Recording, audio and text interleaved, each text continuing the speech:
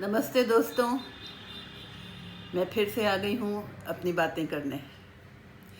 देखिए, आपने भी कई बार सुना होगा, कर भला तो हो भला, या फिर ये भी सुना होगा, नेकी कर और कुएं में डाल।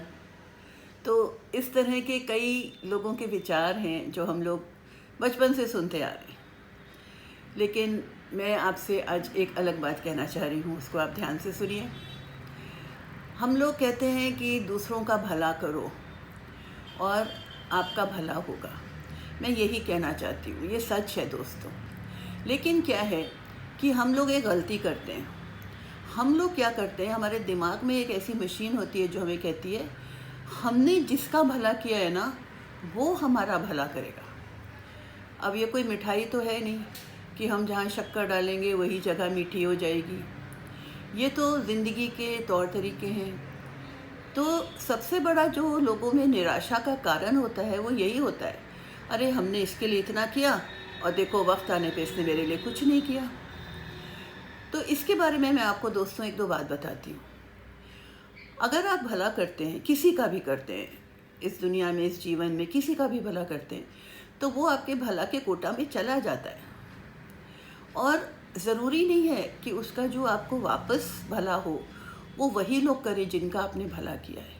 अनजान लोग, अजनबी लोग अलग अलग जगह पे, अलग अलग वक्त पे आपकी भलाई कर देते हैं। वहीं से आपको उस एक्शन का, उस अच्छे कर्म का फल मिल जाता है। अब एक दो बातें जल्दी जल्दी आपको बताती हूँ। कई साल पहले मेरी माँ को लेके मैं दिल्ली में एक गवर्नमेंट ऑफिस में गई थी। कुछ प्रॉपर्टी ट्रांसफ़र कराना था और आपको पता है वहाँ पे बहुत भीड़ भाड़ होती है। मेरी माँ काफ़ी बूढ़ी थी पर उनको जाना पड़ा और हम लोग जल्दी से टाइम से पहुँच गए और हमने अपनी फ़ाइल सबमिट की और हम लोग लाइन में बैठ गए और बहुत भीड़ थी वहाँ। ऐसा हुआ कि जो ऑफिसर जिनको ये काम करना था वो आए तो वो हमारे सामने से ही गुज़रे, और जब वो गुज़रे तो सामने से, तो वो बोले, वो एक सेकंड के लिए रुके और कुछ समय हम लोग को देखा और फिर वो अंदर चले गए।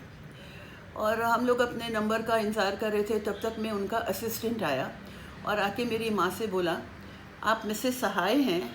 तो मेरी माँ ने कहा, हाँ, आपको सर ने अंदर बुलाया है। तो हम दोनों उठ के अंदर गए।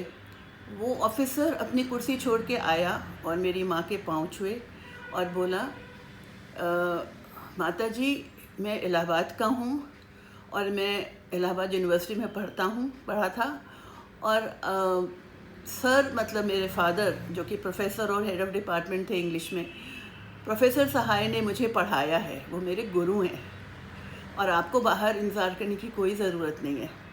और जैसे जैसे वो हमसे बात करता रहा 10-5 मिनट, उसके ऑफिसर्स ने सारे पेपर्स तैयार कर दिए, मेरी माँ की फ़ोटो ले ली, उनका साइन ले लिया, साथ साथ सारा काम करा के एक 10 मिनट में हम लोगों का काम हो गया। अब दोस्तों आप ये सोचिए, हम उसको कैसे वापस उसका भला कर सकते हैं? उसने तो हमारा कितना बड़ा भला कर दिया, लेकिन हम उसको कुछ नहीं कर सकते वापस में। इसी तरह से हमने कभी किसी का भला किया होगा और ऊपर वाले ने हमें ऐसे मौके पे किसी और को भेज दिया हमारा भला करने के लिए। इस बात से आप समझ जाइए, भलाई करते रहिए। ये ज़रूरी नहीं है कि आप जिसके लिए कर रहे हैं, जहाँ पे कर रहे हैं, वहीं से आपको उसका नतीजा मिले। कई वर्ष पहले मेरा छोटा बेटा न्यूयॉर्क में रहता है। वो अपने काम पे जा रहा था और सबवे से सीढ़ियाँ चढ़ने लगा और फिसल के गिर गया। उसके घुटने में बहुत ज़ोर से चोट आई। अजनबी लोग, दूसरे देश के लोग उसकी इतनी मदद करने लगे, उसको पूरा साथ दिया, उसको ले जाके जहाँ पे उसको इलाज कराना था वहाँ तक पहुँचाया, उसके ऑफिस में फ़ोन करा। कौन थे वो लोग? हम उनका क्या भला करेंगे रिटर्न में? नहीं कर सकते ना। पर हम यहाँ कर सकते हैं, जहाँ हम रहते हैं। हम अपनी जगह पे, अपने स्थान पे जहाँ मौका मिले दूसरों का भला करें। न जाने कौन कब कहाँ किसका भला कर देगा और हमें वो सुख मिल जाएगा जो कोई हमारे लिए कुछ करता है तो हमें मिलता है। तो दोस्तों ये बात याद रखिए, उम्मीद छोड़ दीजिए कि हमने इसका इतना किया, इसे भी हमारे लिए इतना करना चाहिए। बस भलाई करनी है, करते रहिए। गिनिए मत और ये मत सोचिए कि किसके लिए कर रहे हैं। आज का यही संदेश था। नमस्ते।